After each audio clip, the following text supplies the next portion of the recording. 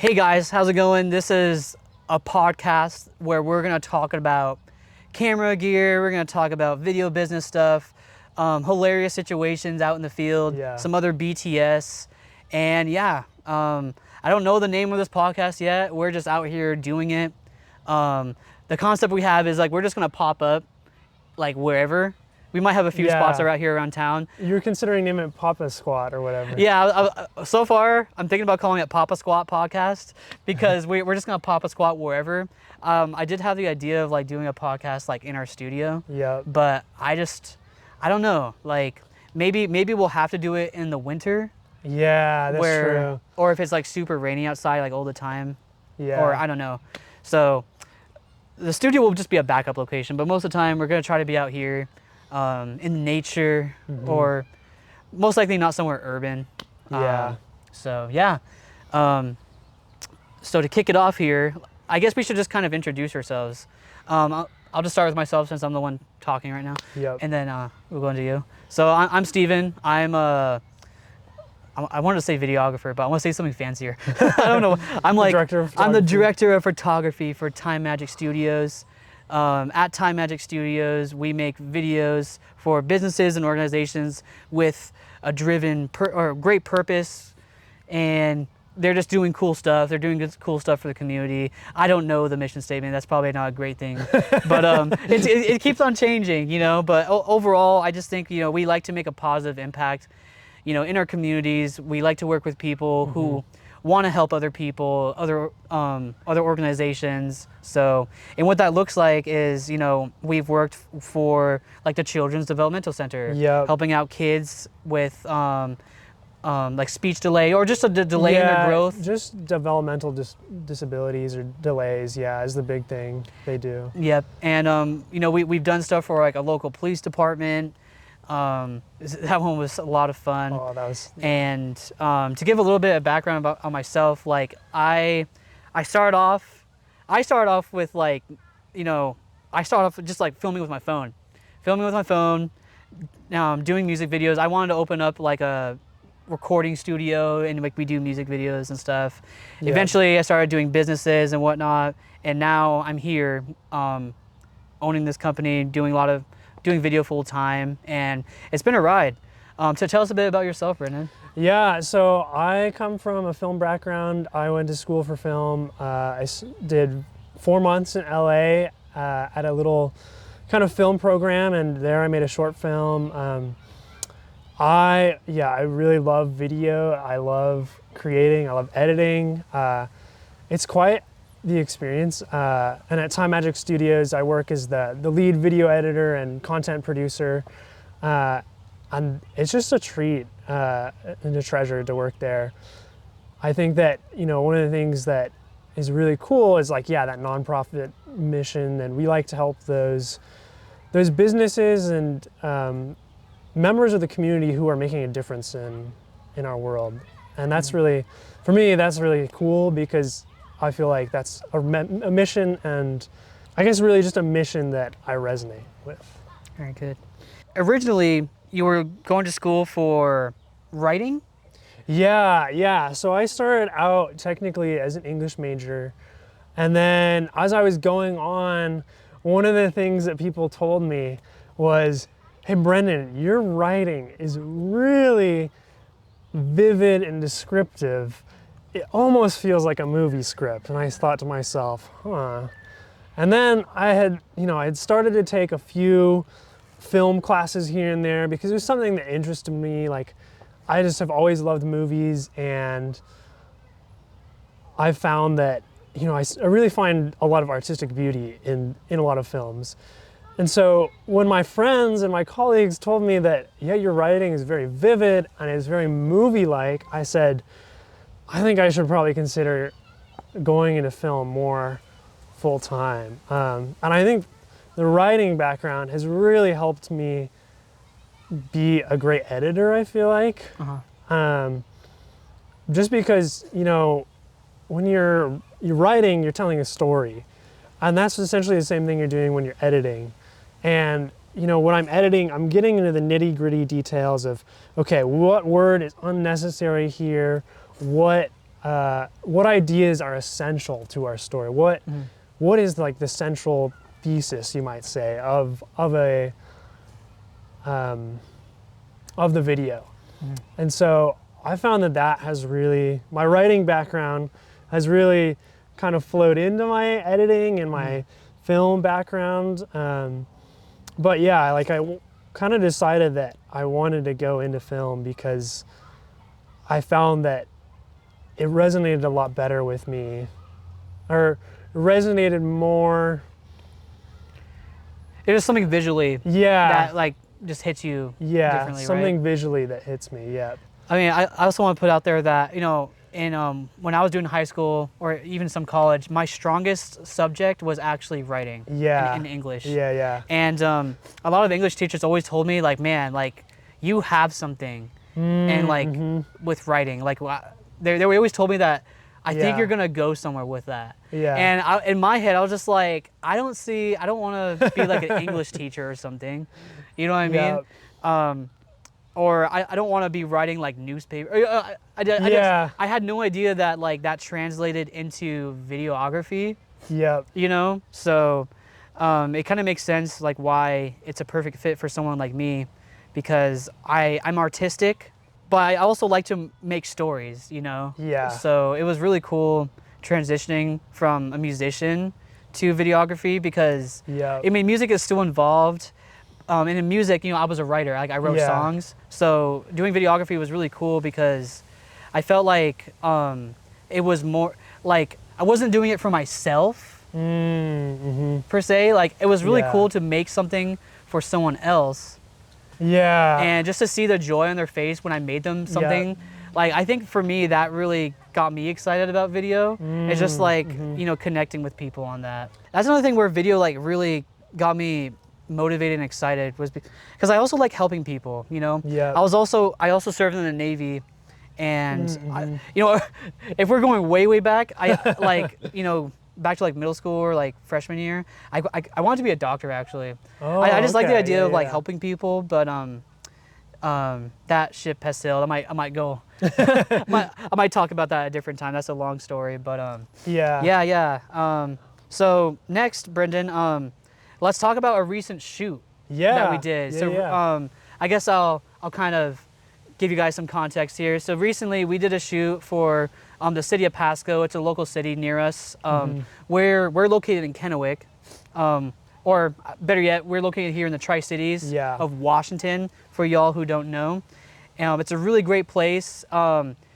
It's a place in Washington where it doesn't rain that much. It's actually like the desert side of Washington. But we have like multiple rivers that all come together and make like a humongous river called the Columbia. Well, yeah, but they also they call it kind of like the Three Rivers area. A lot of businesses are named Three Rivers Convention Center, or the Columbia Basin. One of our clients is the Three Rivers Community Foundation, and so we have it's just this huge. We've got Columbia, Yakima, and I think it's Snake. I think it's Snake too. That all form together. And they make this humongous river. We have like really cool bridges that go across it. They always look nice in like videos and photos. And then whatchamacallit, it's a really great area here in Washington because you know, it's nice not always having the rain. I will say. And there's lots of like cool like recreation stuff. Like we still have the water here, so we can still like go boating. We can go paddle boarding, all sorts of different stuff, fishing. I really like this spot. So now jumping into it, recently there was the 4th of July. You know, we all experienced that, right? So in the City of Pasco, there was a 4th of July parade.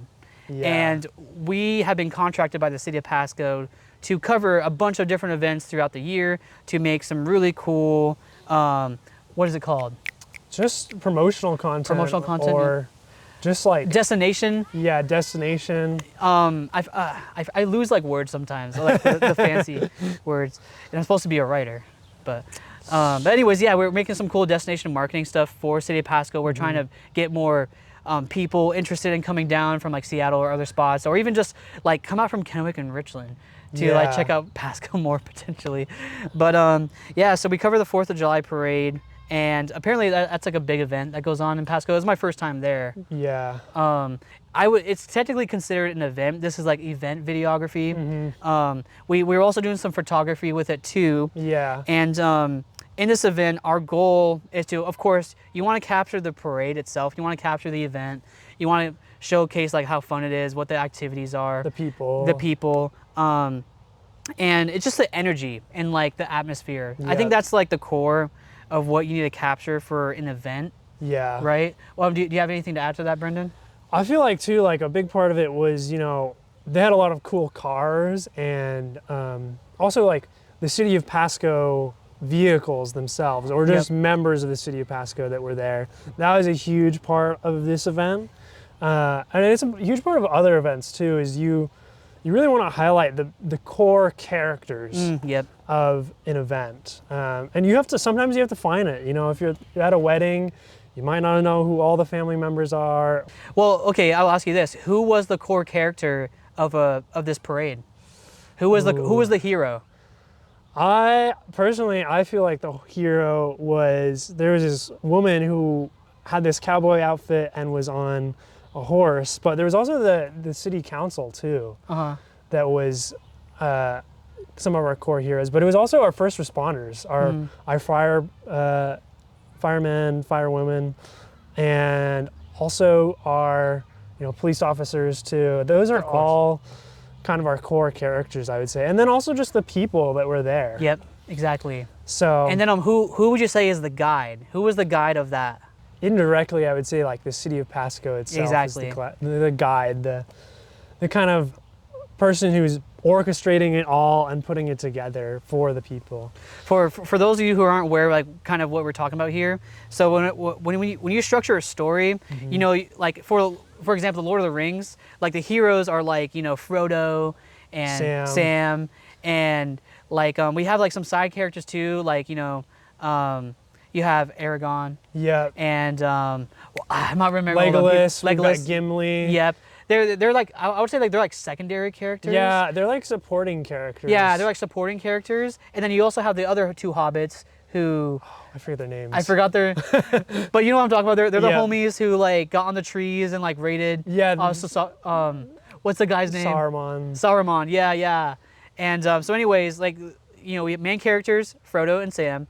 Secondary characters, all those other homies. Yep. And then the guide, I would say, was definitely Gandalf. And then also, I mean, the elves were kind of guides too. The elves are guides too, I would say. Yeah, definitely. And there's some other guides that pop up throughout the Lord of the Rings, I would say. But I would say the key guide is definitely Gandalf. Yeah, Gandalf. He's like the number one. Yeah. So that's what we're talking about. It's really good to identify like who your main characters are, secondary characters are, and like guide, because like if you put them in the wrong spot, it kind of feels weird. Yeah. The story doesn't feel, I don't know how to put it. It's just weird. Off balance. It feels off kilter. It feels like suddenly Gandalf is the villain and you're like, what the heck is going on? Yeah. So it's really important to like structure those, because it's just gonna make your story better. Yeah. It's gonna make it more clear. It's gonna help it hit harder. And that's what we really focus at our production company, Time Magic Studios. We really like to focus on the story, because the story is what really matters. Yeah. You know, like you can color grade it super crazy, do all these cool effects. Yeah. Those are great, don't get me wrong, but the story is like where it's at. Yeah, at the end of the day, I mean, you know, we just recently made a video and one of our clients was really like, I want more of this part of the story in this video. And it made the video a lot longer, but it was something that, you know, for the client, it was something that was missing. They were missing that part of the story that they really wanted to highlight. And even though, you know, we had some great shots, we had some great color grades, we had great music. Definitely the feeling was there too, like the vibe. Yeah. Like I feel like a video should focus more on tugging on like your feelings and your heartstrings. I mean, depending on like your goal. Yeah. But yeah, ultimately it should make you feel something. If you don't really feel something at the end of it, if you feel like you just sat through like a college, you know, like lecture.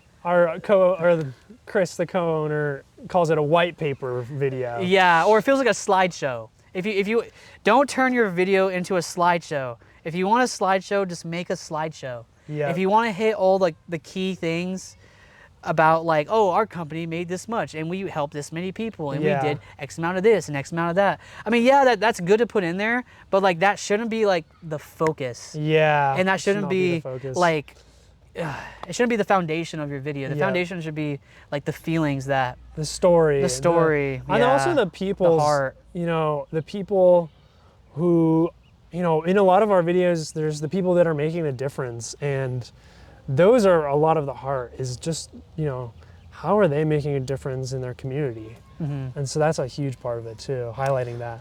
Very good. So I want to jump back to the 4th of July parade. Brenden, tell us a bit about your setup. What was unique about it? What did you like about it? Yeah, so I was running handheld on A7S III, and then I was also running the A7 III for photos. Or I was using A7S III for video. And you use like that cool like camera harness, yeah, right? I had a camera harness. So I had my A7 III just kind of on the camera harness on a sling, and then I had my little bag that I could put my A7S III away. And it was great because a lot of the times I would just like swap really quick from one camera to the other, get a quick little, 5-second clip on the A7S III, and then pull out the A7 III and just go and get a bunch of photos. And it actually worked out pretty well. I felt like I was able to pretty much balance the, getting photos and video pretty evenly, I would say. There's a couple times where, the funny thing about the parade was the parade would sometimes slow down, sometimes it would speed up. So sometimes it was like I had plenty of time to pull out the video, get a good clip, or just get a lot of photos too. And other times it was like, okay, like here's a quick moment and goodbye. And that's a huge part about videography that I think is really different from film, is that... You mean from photos? No, just from film, like the actual film industry. Oh, got you, okay. Yeah. You have a limited amount of time to capture a really key moment. We had a family that posed up on one of the City of Pasco fire trucks, and they wanted their picture taken. But they were only there for 5 seconds. And then the fire engine moved on, and I was like, oh, we got to get it quickly. So, absolutely. Yeah. And then I would say with photos, it can be easier sometimes too. Yeah. Because you just gotta get that one frame. If you get like one frame that's good, awesome. With video, it's like, okay, it depends. Like, are you recording like 120 frames? Yeah. You need to hold that shot for at least like a few seconds. To get anything good out of it. And sometimes, I think the thing too with both kind of similar in photo and video, but shows up sometimes more in video or in photo, is that sometimes there's moments where somebody's doing something weird and you're like, why are they, picking their nose? Or yeah. And then so photos, it's great because you get lots of different frames, and sometimes you finally get one where people are done. Or you can use AI and just remove that person picking his nose. Yeah, exactly. Whereas like video, sometimes it's a little harder because like, I would even talk about on the 4th of July shoot, I was recording this little girl, and she was throwing these kind of like fake plastic throwing knives and other objects at this kind of target. And I had this perfect shot where the mom was here, the little girl was here, and then the father was right next to her, and she was aiming down at the target. But then the mom like slowly moved in, and I was like, no, I can only use like 2 seconds of this, unfortunately, because, it just doesn't work. That's what happens. But with photo, you can maybe get that one frame, and you're like, okay, well, it's good. Yeah, boom, we got it. That's it. So, yeah. So,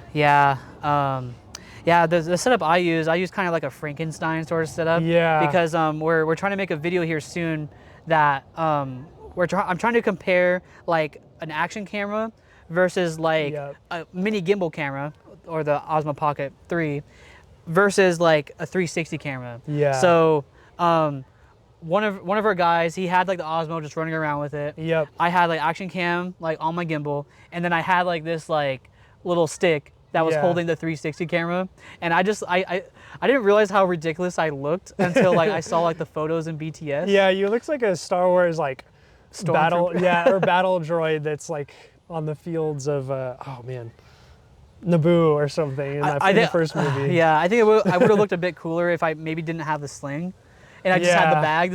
I was using the sling to like carry all that different stuff. So yeah. But I was using all that stuff on top of a Segway because oh man, guys, do not sleep on the Segways. If you're not using one yet, you definitely should. Yeah.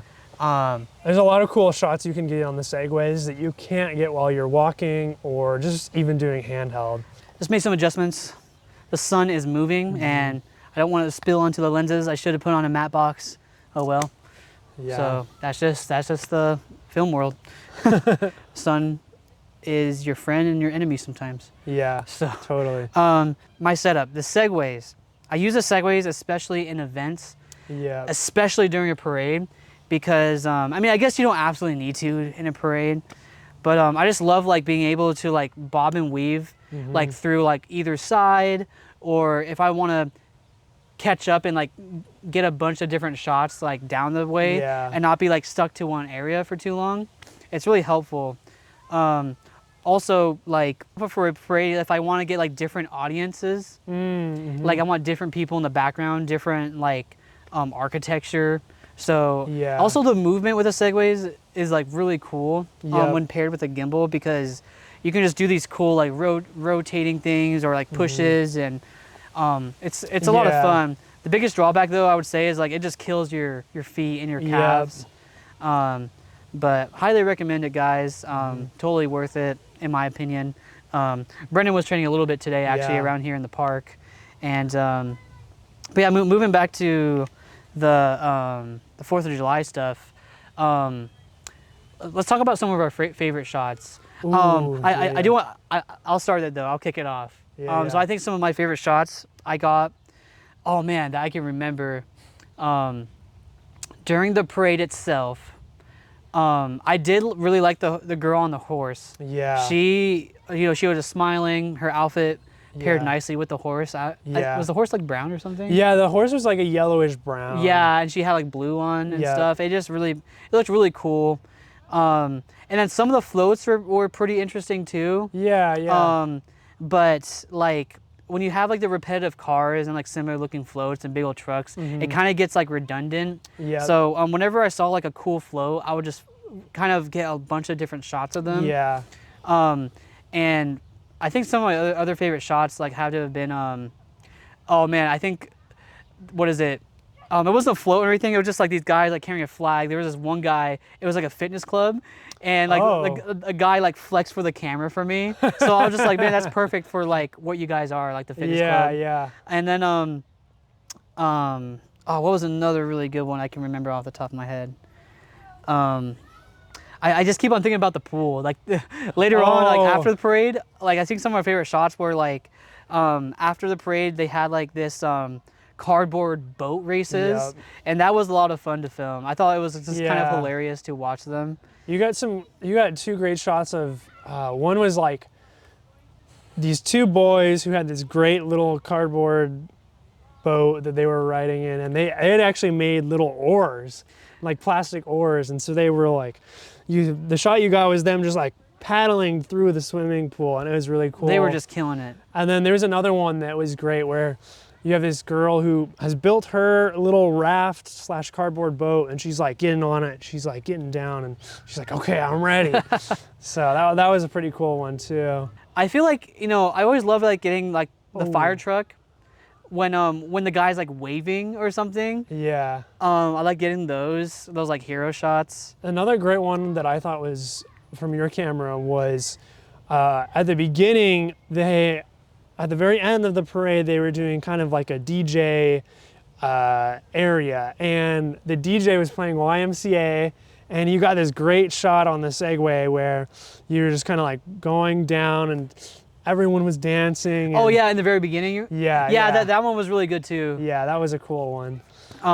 Another shot I liked, I don't remember if it was a photo or a video, but I like this one where like it was like this food truck, and the guy was like popped out of it, like handing people stuff and like smiling. Oh, yeah. I thought that was really cool. And I always love like, there's always this like weenie or like this hot dog place that like they always grill up a bunch of like hot dogs with like bacon wrapped around. Yeah, I saw those so I got ones. some like shots of that and like him just handing it off to people. Yeah. I thought that was really cool. I really like those shots. Oh man, I'm trying to think of parade itself too. I got some of like some Boy Scouts like handing out candy. Oh yeah. And I think that was pretty cool. Man, outside of that, I think those are some of my best ones. Yeah, I would say for me, I got a couple of cool shots at the parade. You know, I was camping out on this corner, street corner, and so I got a lot of the cars and stuff going around at the angle. So I got some nice angled shots. But one of the ones that I really loved was young members of the military or something like that. Oh, yep. And I got 3 or 4 of them, and I got them like all stacked up, and you know, the one guy was carrying his rifle at his side, and there was their flag, and they were all in camouflage and uniform, and I think that was a really cool shot that I got. There was also, I got some really cool shots at the park that was right nearby.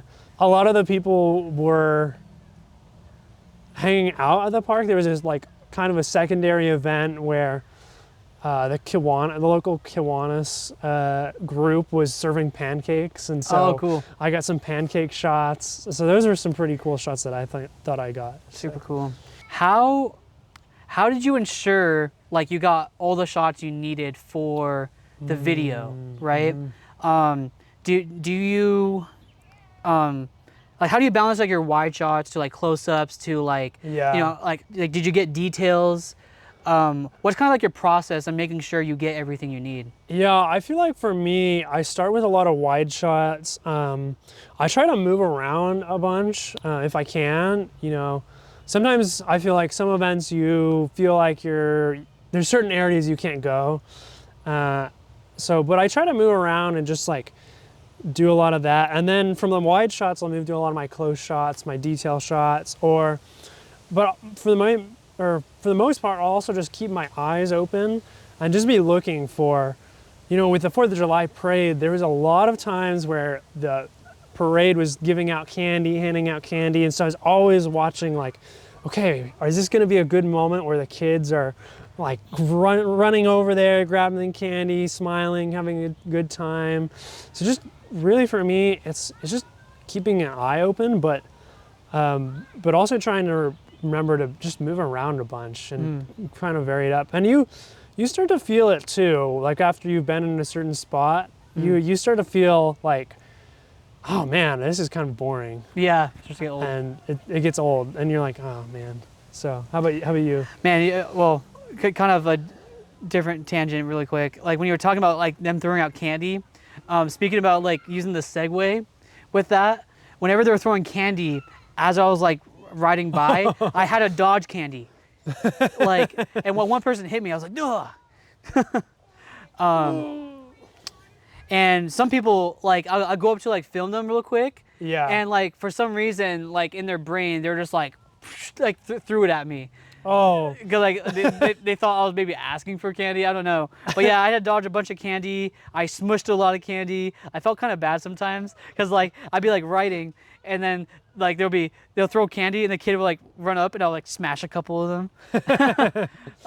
So I think one of the parents was trying to go up for one and like ran right over it. So. Oh no. But hey, like maybe you don't need that candy. Yeah. I'm just kidding. But anyways, when I'm getting my shots, I think I just kind of stay like vigilant, especially during an event, because there's just a lot of chaos that goes on.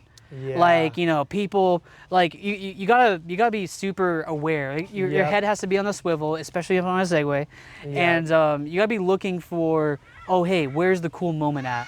Where is someone about to give the other person a hug? You know? Yep. Or is there a high five? Or is there candy gonna be thrown? Yeah. I try to like keep my eyes out for that, but I also kind of keep like a bank of like what shots I'm getting in my head.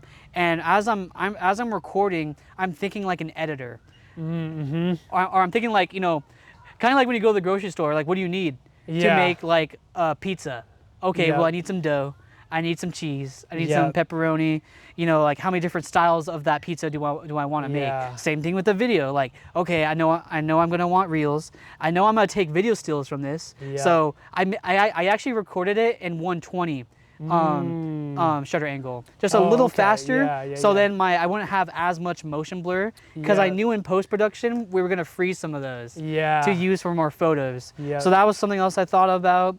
And then so anyway, yeah, bringing it back to like the shots I got, definitely handful of wides, but varieties of wides. So like maybe I'll get a wide on a float, you know, just pushing into it. I get a wide circling around the float. And then maybe I'll get a wide with the floats in focus, like going alongside of it. And then I'll get a wide with the audience on, like as I'm going forward, with the floats out of focus. You know, I try to get a bunch of different wides.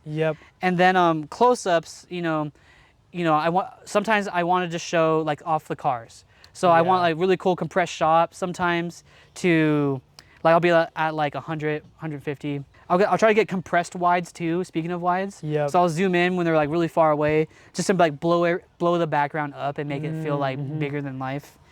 And for close-ups, you know, really just getting the expressions, getting details, especially like on the cars themselves. You know, like some of them had like City of Pasco like branding on it. Obviously, you know, it was of course, the fire trucks and whatnot. So I definitely wanted to show that as like a close-up detail. Other close-up details would have been, I mean, it could have even been like the tires on cars. But if I were to chalk it up to a percentage, like I would say for wides, that was maybe like 10% that I focused my energy on, 10 to 20%. I would have focused probably most of my energy on like maybe like interactions. Like maybe like 70% or 60%. And then what is it? What's left? Like 30%, 60? Yeah. So 30%. Maybe like 10% was like miscellaneous, like interesting movement. I'll try to do like something weird and like different sometimes, just to spice it up. And then the remaining 20% would probably be like my medium shots, where like I'm not trying to get super close up, but but not super wide, and just kind of general stuff, you know. A bit more interesting. The wide is how I would describe it, like 50 mil. Give it more of that separation. But yeah, that's kind of like my breakdown of it. And I try not to keep it too repetitive, because I know in post-production, like we're just gonna like, okay, nope, we're gonna choose the best one out of that. And then once I have a lot of footage and it gets really repetitive, I really start to hone in on, what's like a unique way I can get that.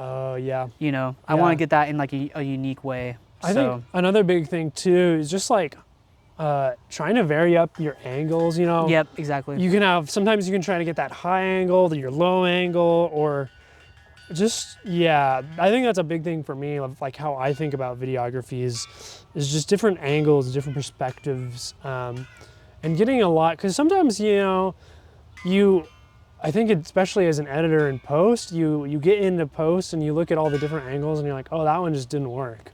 And that's a huge thing too. Exactly. And then on top of all that, you're also juggling exposure, depending on if your day is like shifting and whatnot. Like if your GoPro keeps on getting into the sunlight. Oh, it is getting into this camera right here. Yeah, it's all good. So yeah, we gotta adjust for things. You know, when you're outside, you're not in a controlled environment. You got to move around your stuff. You know, I think it's even showing up in other stuff, but hey, we're keeping this really casual, man. This is just like, we're filmmakers, like stuff happens. And honestly, it's kind of nice like being in a podcast and not stressing these little things like, oh, dang it, the sunlight's moving, and I almost said GoPro. The Osmo Action is in my shot. But honestly, right now, it's been a lot of fun talking about all this. And do you have like any final thoughts you'd like to share on like the 4th of July stuff?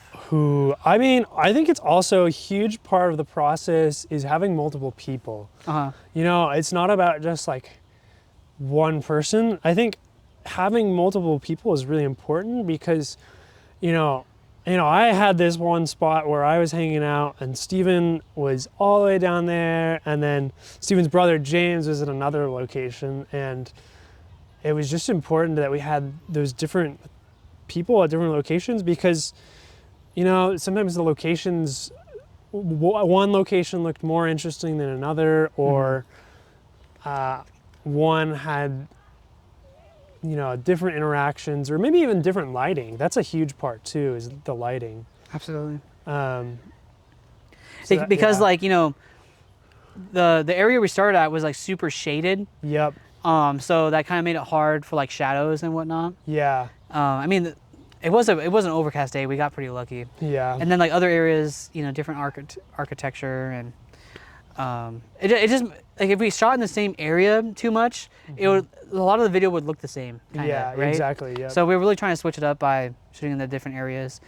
And yeah, I guess my final thoughts, and I kind of want to expand on like how important it is to have a team, because, especially for events, because like you said earlier, on these types of shoots, like I would call it like doc style. Yeah. Like, things happen.